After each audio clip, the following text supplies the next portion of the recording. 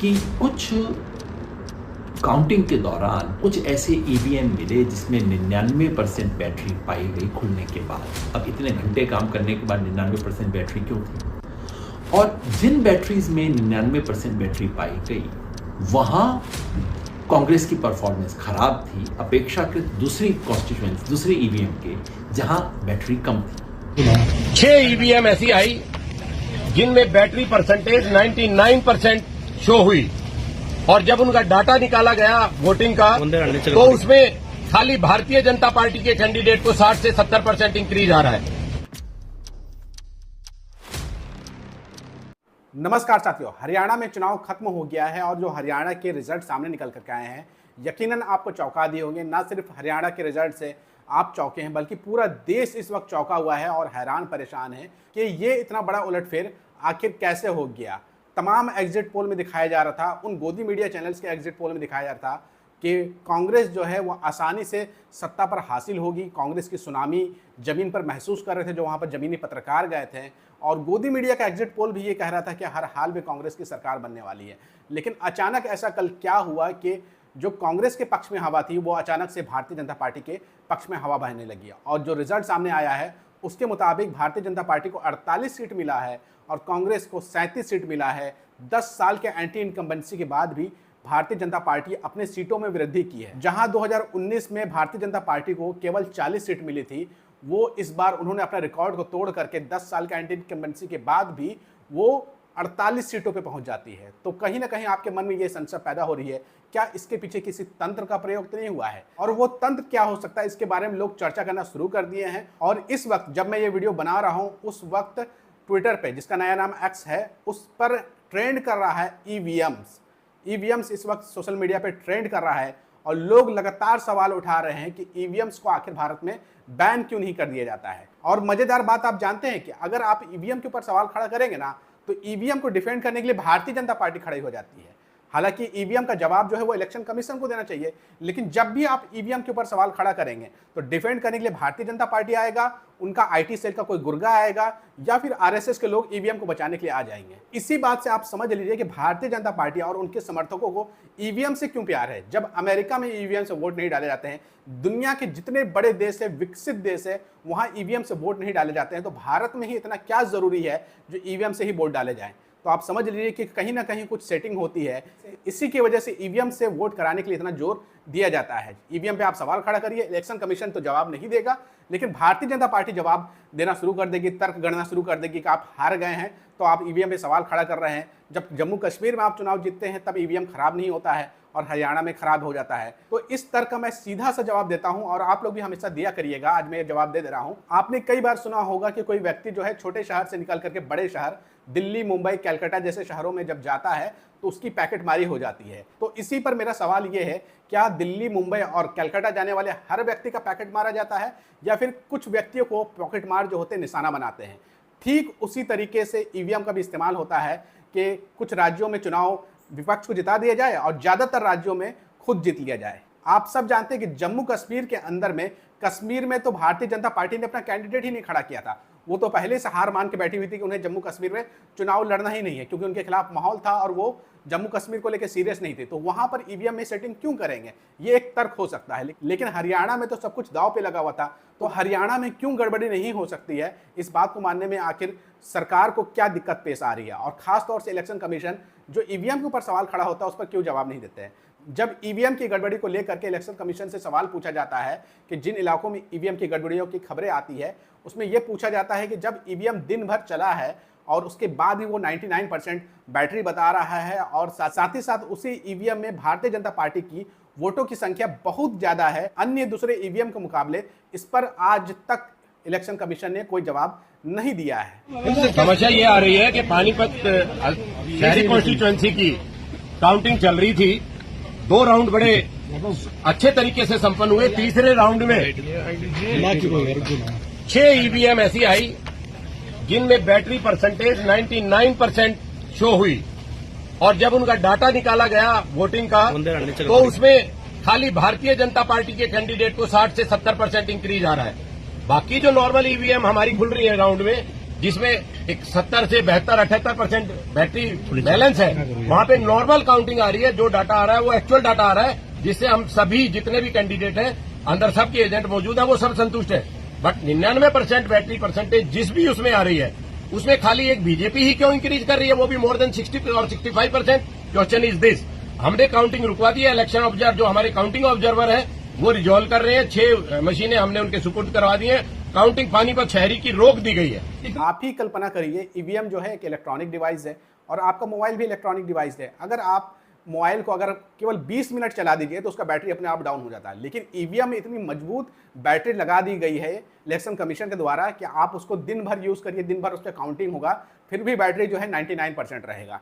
तो ये अपने आप में सवाल खड़ा कर रहा है। और सबसे बड़ा सवाल ये है कि आप सब जानते हैं कि इलेक्शन कमीशन में जो नियुक्तियां होती थी, नियुक्ति का जो अधिकार था पहले, उस पैनल में सुप्रीम कोर्ट के जज हुआ करते थे, लेकिन भारतीय जनता पार्टी ने सुप्रीम कोर्ट के जज को अलग कर दिया, खुद को उसमें शामिल रखा और अपने पार्टी के एक मंत्री को शामिल किया और विपक्ष को शामिल किया। यानी कि इलेक्शन कमीशन हर बार वही करेगा जो भारतीय जनता पार्टी चाहेगी, सरकार चाहेगी, क्योंकि हर कार्य के ऊपर, हर फैसले के ऊपर बहुमत जो है वो भारतीय जनता पार्टी का बना रहेगा। कल हरियाणा में जो रिजल्ट आया है उसको लेकर के योगेंद्र यादव भी काफी ज्यादा परेशान हैं और योगेंद्र यादव देखिए क्या कह रहे हैं। पहली बार वो भी शक जाहिर कर रहे हैं कि आखिर कुछ ना कुछ तो गड़बड़ हुआ है, जो हवा थी वहां वो हवा क्यों नहीं दिखा। हम चाहते हैं आप योगेंद्र यादव को सुन लें। आज के चुनाव परिणाम, खासतौर पे हरियाणा के चुनाव परिणाम को देख के आज सुबह से मैं हैरान, और आज शाम को कांग्रेस की प्रेस कॉन्फ्रेंस सुनने के बाद थोड़ा परेशान भी हूं। चारों तरफ से दोस्तों के फोन आ रहे हैं, मैसेज आ रहे हैं, ये क्या हुआ? सच बताऊं, मुझे पूरी तरह पता नहीं क्या हुआ। पिछले 1 महीने से मैंने कहा कि मैं इलेक्शन भविष्यवाणी तो नहीं करूंगा सीटों की, लेकिन मैं लिख रहा हूं, बोल रहा हूं, भाषण दे रहा हूं इस मान्यता के आधार पे कि कांग्रेस स्पष्ट रूप से आगे है। मैंने 1 से ज्यादा बार कहा कि सरकार तो कांग्रेस की बनेगी। अब हवा है, आंधी है, उससे ज्यादा ये मैं कह नहीं सकता, लेकिन आज जो हुआ वो तो बिल्कुल अलग था। ना हवा, ना आंधी, ना और कुछ, बल्कि बिल्कुल उल्टा। जितने लोगों ने घूम के देखा उनमें से कोई व्यक्ति ऐसा मुझे अभी तक नहीं मिला जिसने कहा, और बीजेपी का समर्थक भी नहीं मिला जिसने कहा हो कि बीजेपी की मेजॉरिटी आने वाली है। बहस सिर्फ इस पे होती थी कि कांग्रेस कितना आगे रहेगी। पिछले 2 बार में, 2014 में, 2019 में बीजेपी को लोकसभा चुनाव में जितने भी वोट मिले हैं, विधानसभा चुनाव में 4 महीने बाद उसके वोट हमेशा गिरे हैं। अपेक्षा थी कि इस बार भी ऐसा होगा। हम ग्राउंड पे घूमे, हमारे कई साथी मिलकर ग्राउंड पे घूमे, देखा, साधारण लोगों से बात की, क्योंकि ऐसा किए बगैर मैं अपना मुंह नहीं खोलता हूं। साधारण लोगों से बात की और हमारा अनुमान उसके बाद भी ये था कि हाँ, जमीन पे तो यही दिख रहा है कि कांग्रेस आगे है। लोकसभा चुनाव के बाद कांग्रेस अप हुई है, बीजेपी डाउन हुई है, और अगर ऐसा है तो कांग्रेस का मेजॉरिटी में आना स्वाभाविक था। जैसे मैंने कहा, जितने भी रिपोर्टर, एडिटर, संवाददाता, जिसने भी बोला, जिसको भी मैंने सुना या पढ़ा, एक भी नहीं मिला। आप आज भी पलट के देख लीजिएगा, अगर एक भी व्यक्ति ने कहा हो कि बीजेपी की मेजॉरिटी आ सकती है। तमाम एग्जिट पोल ने भी यही कहा। एक भी एग्जिट पोल नहीं है जिसका न्यूनतम वाला जो आंकड़ा है वो भी कहता हो कि कांग्रेस 45 से नीचे जा सकती है। मगर ये सब गलत हो सकते हैं। हम तो गलत हो ही सकते हैं, इंसान है, गलती हो सकती है। एग्जिट पोल तो गलत होते ही हैं, मैंने खुद ही साबित किया कि गलत है। मगर आज शाम को जब कांग्रेस ने प्रेस कॉन्फ्रेंस की और कुछ गंभीर आरोप लगाए, कांग्रेस में वहां के कम्युनिकेशन इंचार्ज जयराम रमेश जी और पवन खेड़ा जी ने कॉन्फ्रेंस करके कहा कि हम इस परिणाम को स्वीकार नहीं कर सकते। उन्होंने कुछ कॉन्स्टिट्यूएंसी से प्रमाण दिए हैं। एक कॉन्स्टिट्यूएंसी का प्रमाण मैंने खुद देखा है, वो है नारनौल, महेंद्रगढ़ जिले में। कांग्रेस ने कहा है ऐसी ही सूचनाएं उनके पास हिसार से भी हैं, पानीपत से भी हैं, और कहा है कि कल तक वो इस सारी सूचना को सार्वजनिक करेंगे। आरोप ये है कि कुछ काउंटिंग के दौरान कुछ ऐसे ईवीएम मिले जिसमें 99% बैटरी पाई गई खुलने के बाद। अब इतने घंटे काम करने के बाद 99% बैटरी क्यों थी? और जिन बैटरीज में 99% बैटरी पाई गई वहां कांग्रेस की परफॉर्मेंस खराब थी अपेक्षाकृत दूसरी कॉन्स्टिट्यूएंसी, दूसरी ईवीएम के, जहां बैटरी कम थी। मतलब अनकहा आरोप यह है कि उन ईवीएम के साथ कुछ खिलवाड़ किया गया है, छेड़खानी की गई है, वोटिंग समाप्त होने के बाद उनसे कुछ किया गया है। अभी गंभीर आरोप है, मैं नहीं कह रहा हूं कि सच है। हमारे पास अभी कोई प्रमाण इतना नहीं है उसको जांच करने का। चुनाव आयोग का जवाब भी मैंने पढ़ा, वो इतना टेक्निकल है कि मैं तो इंजीनियर नहीं हूं, बैटरी और ये सब मुझे समझ नहीं आता। लेकिन मामला गंभीर है जिसकी जांच होनी चाहिए। तो पहली बात तो मैं कहना चाहता हूं वो ये कि चुनाव आयोग की जिम्मेवारी बनती है कि इस सब के बारे में देश को आश्वस्त करे। चुनाव फेयर हो, निष्पक्ष हो, और जनता को दिखे कि निष्पक्ष है, दोनों जरूरी है। ये चुनाव आयोग कुछ समय से ऐसे काम नहीं कर रहा है, जनता के सामने पूरी स्थिति साफ करना। लोकसभा चुनाव के अंदर भी जितने वोट पड़े और जितने वोट गिने गए, दोनों में अंतर था। चुनाव आयोग ने आज तक स्पष्ट नहीं किया कि ऐसा क्यों हुआ है। तो चुनाव आयोग से इतना मेरा अनुरोध है, हो सकता है आपकी बात सही हो सकता है अभी से कांग्रेस की बात पे विश्वास न करें, लेकिन चुनाव आयोग जनता के सामने पूरे तथ्य रखे। चुनाव आयोग अपना काम करेगा, लेकिन हम भी अपना काम करें। हम भी सोचें, एक क्षण के लिए मान लें कि जो परिणाम आया है वही है। हैरानी हुई शायद इसलिए कि हो सकता है हम गलत हुए, तो हम सोचें कि क्या गलती हुई होगी, सोचें कि ये परिणाम क्यों आया होगा। क्या भारतीय जनता पार्टी आरएसएस का मुकाबला करने के लिए जितना काम करने की जरूरत थी, विचार में, जनता के बीच में, वो सब काम हुआ? आज के परिणाम से किसान आंदोलन का प्रभाव समाप्त नहीं हो जाता। किसान आंदोलन की वजह से ही कांग्रेस मैदान में थी।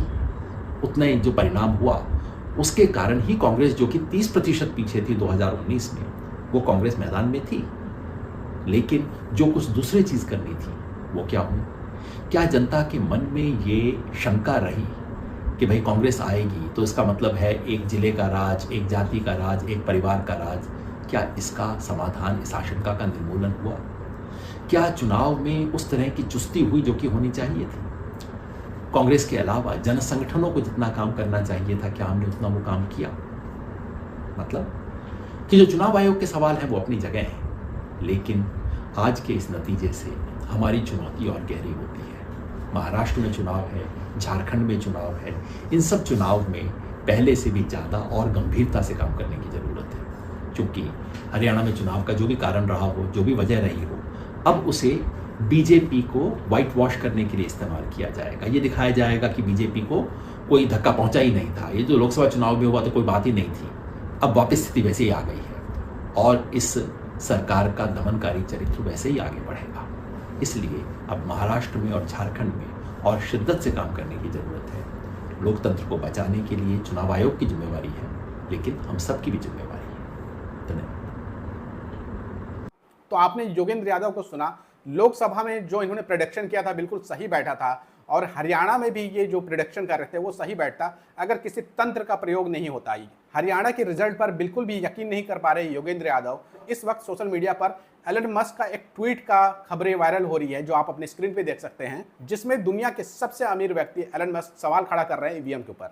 इस खबर में लिखा हुआ है, एलन मस्क ने ईवीएम पर उठाए सवाल, कहा हमें ईवीएम को खत्म कर देना चाहिए क्योंकि ईवीएम को हैक की जा सकती है।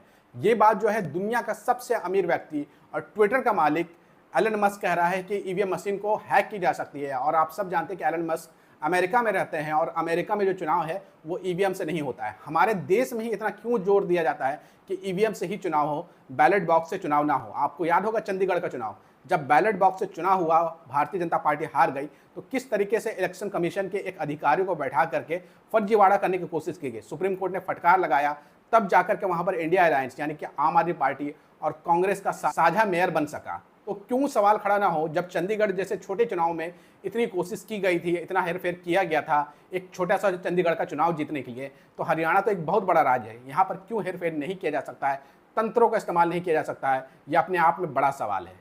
आपको हरियाणा का रिजल्ट लेकर के क्या लगता है? क्या सच में भारतीय जनता पार्टी अपने कार्यकर्ताओं और वोटरों के दम पर चुनाव जीत के आई है, या फिर कांग्रेस जो हारी है उनको हराने के लिए किसी तंत्र का उपयोग किया है और वो तंत्र कहीं ना कहीं ईवीएम के ऊपर शक जाहिर करता है? आपको जो भी लगता है कमेंट करके अपनी राय जरूर बताइएगा और इस वीडियो को ज़्यादा से ज़्यादा शेयर करिएगा।